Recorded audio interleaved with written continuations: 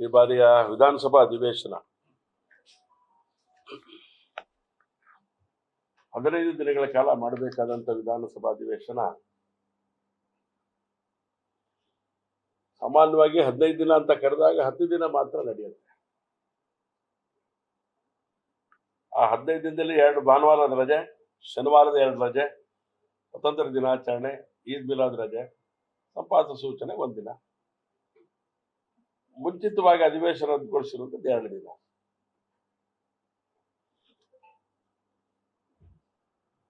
ಆ 15 ದಿನಗಳ ಒಟ್ಟು ಅಧಿವೇಶನದ ದಿನಾಂಕ ಆದ್ರೆ ನಡೆದಿದ್ದು ಈ ಬಾರಿ 7 ದಿನಗಳು ಮಾತ್ರ.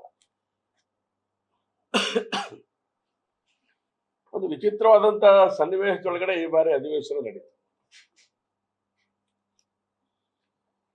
ಬಹಳ ನೋವಿನ ಸಂಗತಿ ನಮಗೆ. ಯಾವ ಸರ್ಕಾರ ಡಿ.ಕೆ. ಶಿವಕುಮಾರ್ ಅವರ ನೇತೃತ್ವದಲ್ಲಿ ಅಸ್ತಿತ್ವಕ್ಕೆ ಬಂದ ತಕ್ಷಣ ಅವರು ಒಂದು ಮಾತನ್ನು ಉಲ್ಲೇಖ ಮಾಡಿದ್ರು. ರಾಜ್ಯದಲ್ಲಿ ಭ್ರಷ್ಟಾಚಾರ ಮುಕ್ತ ಸರ್ಕಾರವನ್ನು ನಾನು ಕೊಡ್ತೇನೆ ಅನ್ನುವಂತ ಮಾತಲ್ಲ, ಸಂಪೂರ್ಣವಾಗಿ ಅದಕ್ಕೆ ವ್ಯತಿರಿಕ್ತವಾಗಿ ನಡ್ಕೊಂಡಂತ ಒಂದು ವಿಧಾನಸಭಾ ಅಧಿವೇಶನ ಇದೆ. 187 ಕೋಟಿ ಹಗರಣ, ವಾಲ್ಮೀಕಿ ಹಗರಣ. ಆ ಹಗರಣ ಮಾಡಿದಂತ ರೂವಾರಿ ನಾಗೇಂದ್ರ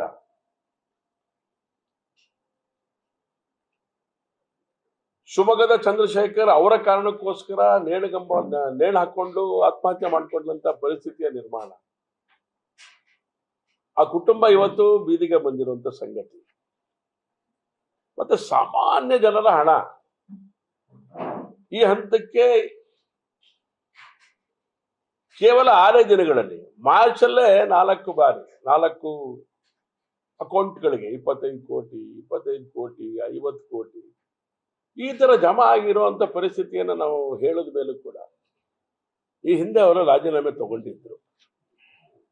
ಆದ್ರೆ ಅದೇ ಒಬ್ಬ ಭ್ರಷ್ಟ ಮಂತ್ರಿಗೆ ಇವತ್ತು ಕನಕಾಭಿಷೇಕ ಮಾಡಿರುವಂಥದ್ದು, ಇದನ್ನ ಪ್ರಶ್ನೆ ಮಾಡುವಂತ ಒಂದು ಪರಿಸ್ಥಿತಿ ನಿರ್ಮಾಣ ಆದಂತ ಕಾರಣ ಕಾಂಗ್ರೆಸ್ ಏನ್ ಹೇಳುತ್ತೆ ಹಾಗೆ ನಡೆಯೋದಿಲ್ಲ ಅನ್ನೋದಕ್ಕೆ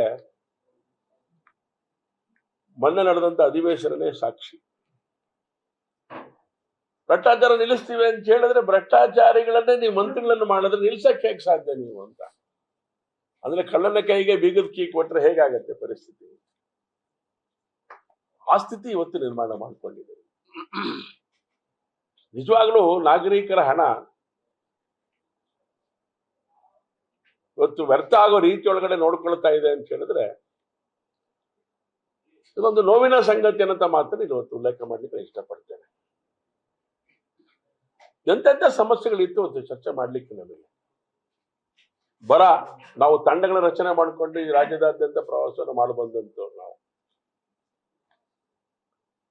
ರಾಜ್ಯ ಸರ್ಕಾರದ ಮಂತ್ರಿಗಳು ಕೂಡ ಓಡಾಟವನ್ನು ಮಾಡಿದ್ರು. ಆದ್ರೆ ಒಬ್ಬ ನಾಗೇಂದ್ರನಿಗೋಸ್ಕರ ಇಡೀ ಇಷ್ಟೊಂದು ಸರ್ಕಾರ ಪೂರ್ತಿ ಅವನ ಬೆನ್ನಿಗೆ ನಿಂತಿದ್ದಿದೆಯಲ್ಲ, ಭ್ರಷ್ಟಾಚಾರದ ರಹಿತವಾದಂತ ಆಡಳಿತ ಕೊಡ್ತೇವೆ ಅಂತ ಹೇಳಿದಂತ ಕಾಂಗ್ರೆಸ್ ಇವತ್ತು ನಾಗೇಂದ್ರನ ಪರಿಣಾಮ ಇಡೀ ವಿಧಾನಸಭಾ ಅಧಿವೇಶನ ಅಪೋಷ್ಟ ತಗೊಳ್ತು. ಒಬ್ಬ ವ್ಯಕ್ತಿಗೆ ಇಡೀ ಅಧಿವೇಶನ ಕೊಡುತ್ತೆ ಅಂತ ಹೇಳಿದ್ರೆ ಕಾಂಗ್ರೆಸ್ಸಿನ ನೀತಿ ಏನು?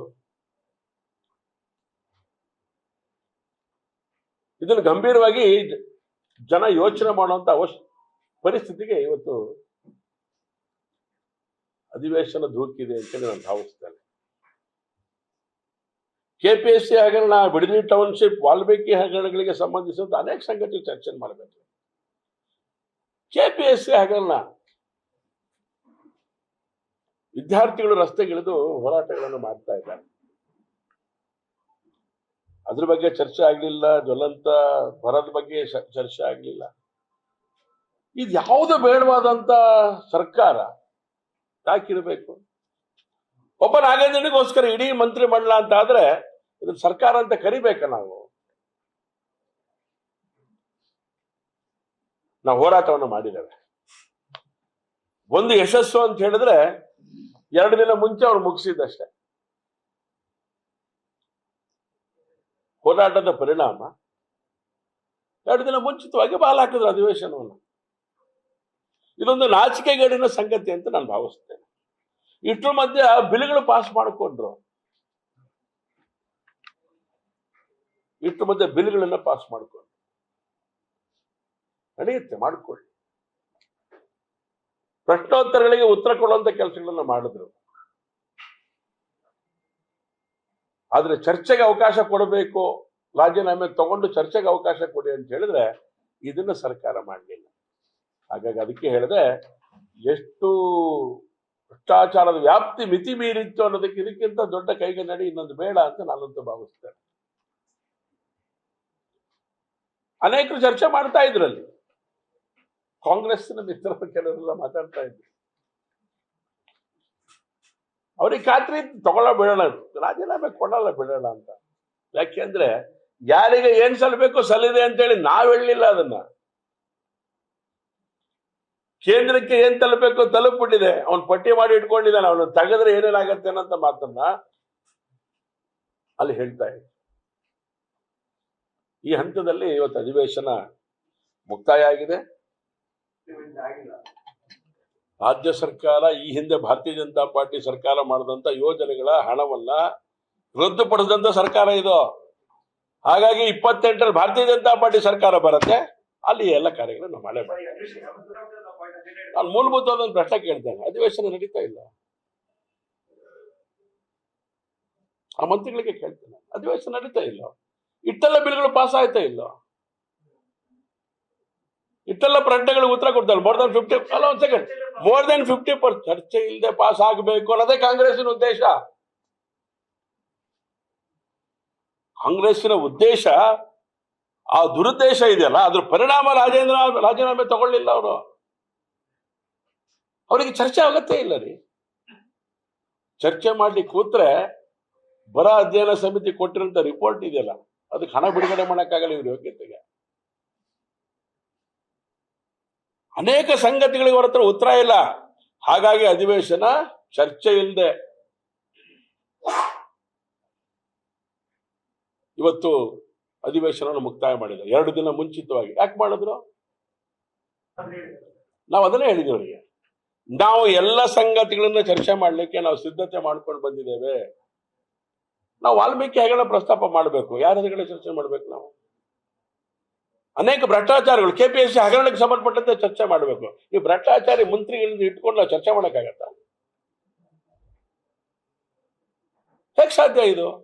ಹಾಗಾಗಿ ಅವರು ಹೊರಗಿಡಿ, ಬನ್ನಿ ಚರ್ಚೆಗೆ. ಏನೂ ಮಾಡದೇ ಇರೋಂಥ ಅಮಾಯಕನ ಕೇಂದ್ರದೊಳಗಡೆ ರಾಜೀನಾಮೆ ತಗೊಳ್ತಿದ್ದಾರೆ ಸರ್ಕಾರ. ಮಾಡಬಾರ್ದು ಮಾಡಿರೋ ಬಗ್ಗೆ ನಾವು ಕೇಳ್ತಾ ಇದ್ದೀವಿ. ಅವ್ರು ಏನ್ ಬೇಕಾದ್ರೆ ಅನ್ಕೊಳ್ಳಿ, ಅವ್ರು ಪ್ಯಾರಲಲ್ಲಿ ಅಂತನೋ ಅನ್ಕೊಳ್ಳಿ, ನೈತಿಕತೆ ಇದೆಯಾ ಅವರಿಗೆ, ಅವರ ರಾಷ್ಟ್ರೀಯ ನಾಯಕರಿಗೆ ಅಥವಾ ಇಲ್ಲಿನ ಕಾಂಗ್ರೆಸ್ಸಿನ ರಾಜ್ಯದ ನಾಯಕರುಗಳಿಗೆ? ಅಲ್ಲಿ ಕೇಳಿದವ್ರು ನೀವು, ಇಲ್ಲಿ ಹೇಗೆ ನಡ್ಕೊಳ್ತಿದ್ದೀರಿ? ಅಲ್ಲಿ ಯಾರ ಬಗ್ಗೆ ಕೇಳಿದ್ರಿ? ಅವರ ಇಷ್ಟು ವರ್ಷಗಳ ಇತಿಹಾಸಗಳು ಬೆಳೆದು ಬಂದ ದಾರಿಯನ್ನು ಗಮನದಲ್ಲಿ ಇಟ್ಕೊಂಡ್ರೆ ಒಂದೇ ₹1 ಹಗರಣ ಮಾಡಿದ್ರ ಅವ್ರು ರಾಜೀನಾಮೆ ತಗೊಂಡ್ರು. ಅಲ್ಲಿ ವಿದ್ಯಾರ್ಥಿಗಳ ಮೇಲೆ ಇದು ಅವ್ರು ಸತ್ತೋದ್ರು ಎಲ್ಲ ಹೇಳಿದ್ರು. ಇಲ್ಲ, ಅವ್ರು ಸತ್ತಿಲ್ಲನು.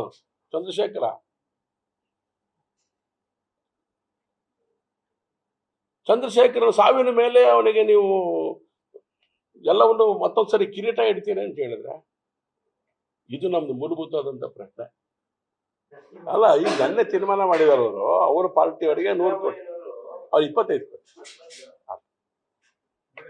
ಅದ್ರ ಕಾಮಗಾರಿ ಶುರು ಆಗ್ಬೇಕೀಗ ಸರ್. ಅದಕ್ಕೆ ಪ್ರೋಸೆಸ್, ಅದಕ್ಕೆ ಇನ್ನೊಂದ್ಸರಿ ಹೇಳ್ತೀನಿ.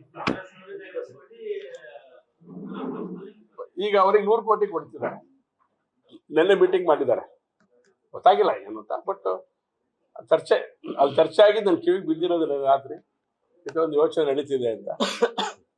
ಅದೇ ಮಾಡಿ ಗೋಡಾಯಿ ಮೈದಾನ ಮುಗಿಸ್ರಪ್ಪ ನೀವು.